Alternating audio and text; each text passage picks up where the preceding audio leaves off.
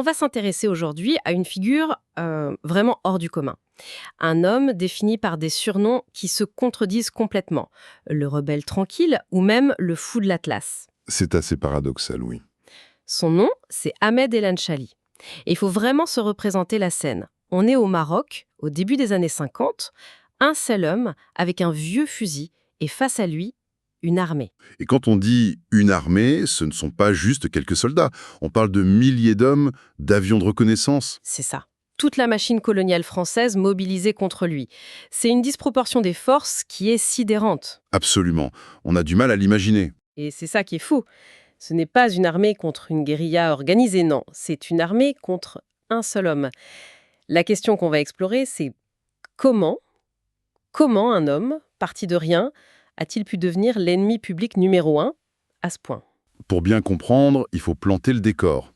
On est donc dans le Maroc des années 50, sous protectorat français. Oui, L'action se passe dans les montagnes du Moyen Atlas. C'est une région qui a été officiellement pacifiée en 1933. Mais le mot est important. pacifié entre guillemets, j'imagine. Exactement.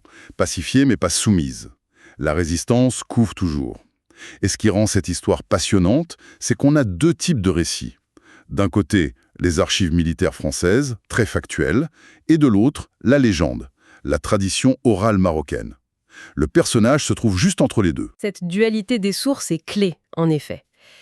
Alors, pour comprendre la légende, il faut peut-être revenir à l'homme. D'où il venait, Ahmed El Anchali, avant que tout bascule. Il vient d'un milieu très modeste.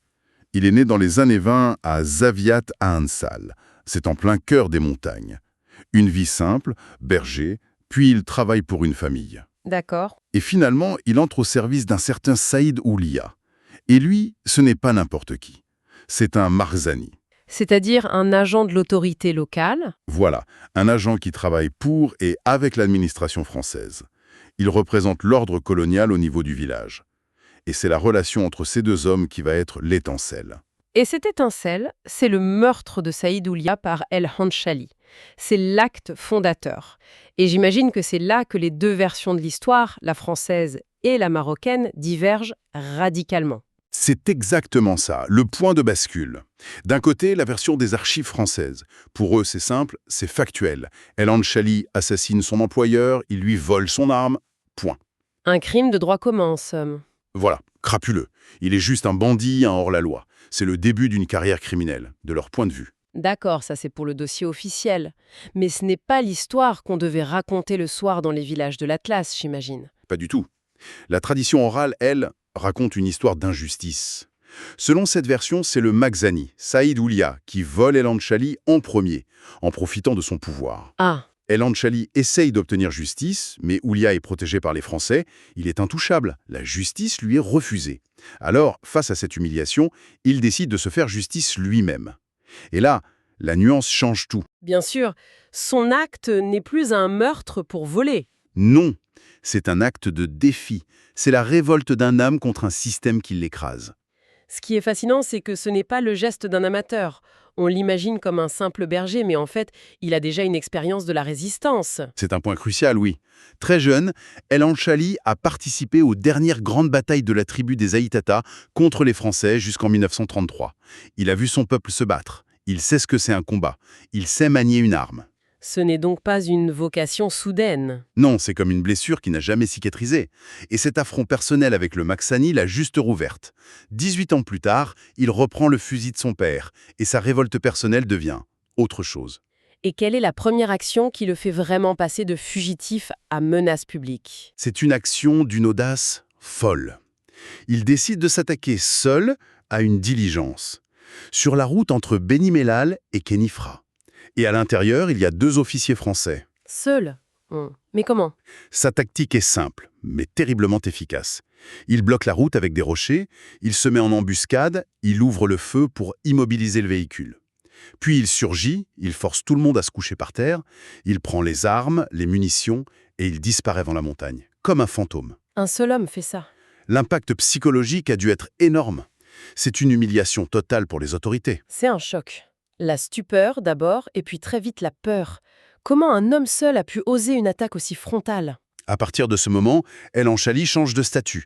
Il n'est plus un simple meurtrier en fuite. Il devient un symbole. Exactement. Une menace stratégique, une véritable psychose s'installe.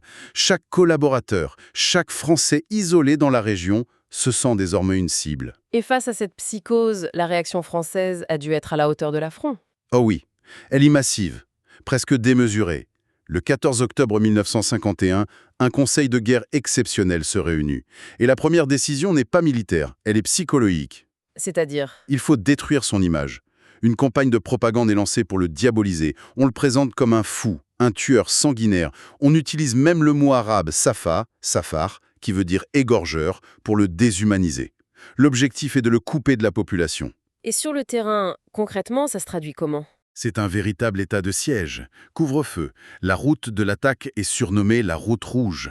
Personne n'ose l'emprunter. On va même jusqu'à évacuer de force les maisons isolées, de peur qu'elles ne lui servent de refuge. On quadrille tout. Et militairement, on envoie qui?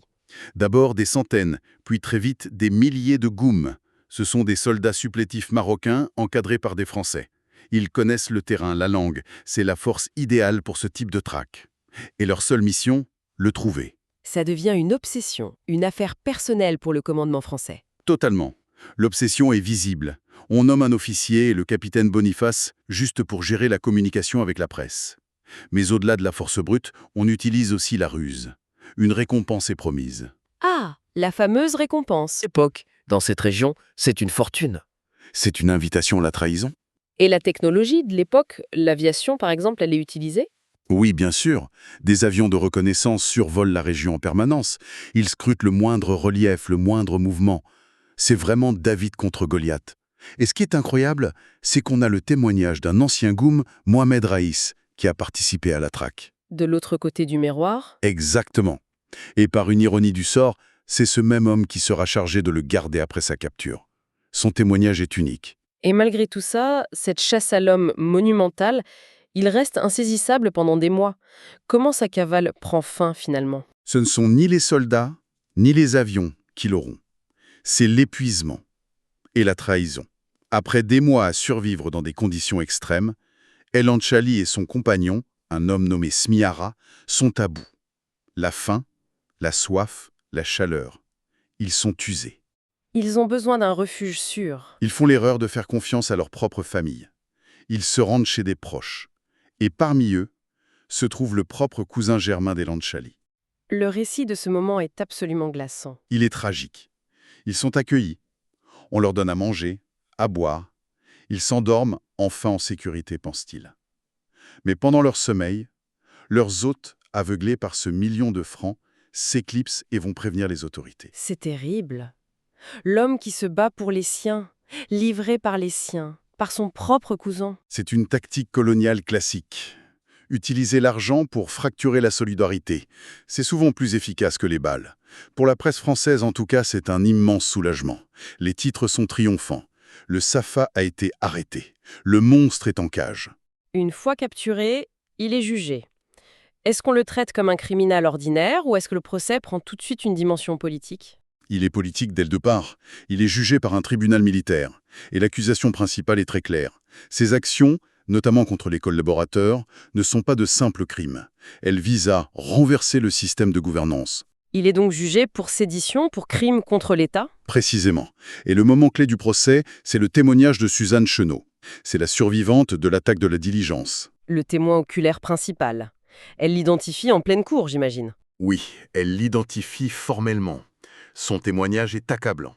Sauf que, il y a un détail, une faille, qui semble énorme. Laquelle? Dans sa déposition, elle affirme que son agresseur lui a parlé en arabe. Or, toutes les sources, y compris françaises, s'accordent à dire qu'Ahmed El Anchali, qui était un amazir de l'Atlas, ne parlait pas cette langue. Il ne parlait que le tamazite. Mais c'est une contradiction fondamentale. Comment le tribunal a géré ça? Le principal témoin à charge se trompe sur un détail aussi crucial. Le procès était loué d'avance, non? C'est la grande question. Est-ce que le tribunal a simplement choisi d'ignorer ce détail? Tout porte à croire que son sort était scellé, quoi qu'il arrive. Il était devenu un symbole trop dangereux, il fallait faire un exemple. La justice n'était sans doute qu'une formalité. Et le verdict tombe. Le 16 février 1953, Ahmed El Anchali et son compagnon Smiaha sont condamnés à mort. Il faudra attendre 3 ans pour que la sentence soit exécutée, ce qui est un délai assez long. Finalement, le 16 février 1956, à l'aube, ils sont fusillés. El Anchali avait à peine 30 ans. C'est la fin de l'homme. Mais c'est là que la légende commence vraiment. Oui, parce que l'histoire ne s'arrête pas là. Le pouvoir colonial continue de se méfier de lui, même mort. Son corps devient un enjeu. D'abord, il est inhumé dans le cimetière chrétien de Casablanca. Oui, pour éviter que sa tombe ne devienne un lieu de pèlerinage. Les autorités craignent que sa sépulture ne se transforme en mémorial. Un homme mort est parfois plus dangereux qu'un homme vivant. Alors, que décide-t-il de faire? Les services de renseignement mènent une opération secrète. En pleine nuit, son corps est exhumé et déplacé vers le grand cimetière musulman de Bensik, à Casablanca. Mais l'opération est faite de telle sorte que l'emplacement exact est perdu, volontairement. Aucune trace n'est laissée. Aucune. Ce qui veut dire qu'aujourd'hui, plus de 60 ans après, personne ne sait où se trouve la tombe d'Ahmed El Anchali. Il est devenu le propriétaire de la tombe inconnue, une sorte de soldat inconnu de la résistance marocaine. Et ça nous laisse avec une dernière pensée, une question en suspens. Que signifie, pour la mémoire d'un peuple, que la dernière demeure de l'un de ses héros soit un mystère? Est-ce que cette absence de lieu physique où se recueillir finit par affaiblir le souvenir? Ou est-ce que, au contraire, ça le renforce? C'est ça, le paradoxe. En n'ayant pas de tombe, El Anchali échappe à la terre, à la matérialité. Il devient un symbole pur, une idée de résistance qui ne peut être ni localisée, ni profanée, ni effacée. Sa légende est partout et nulle part à la fois.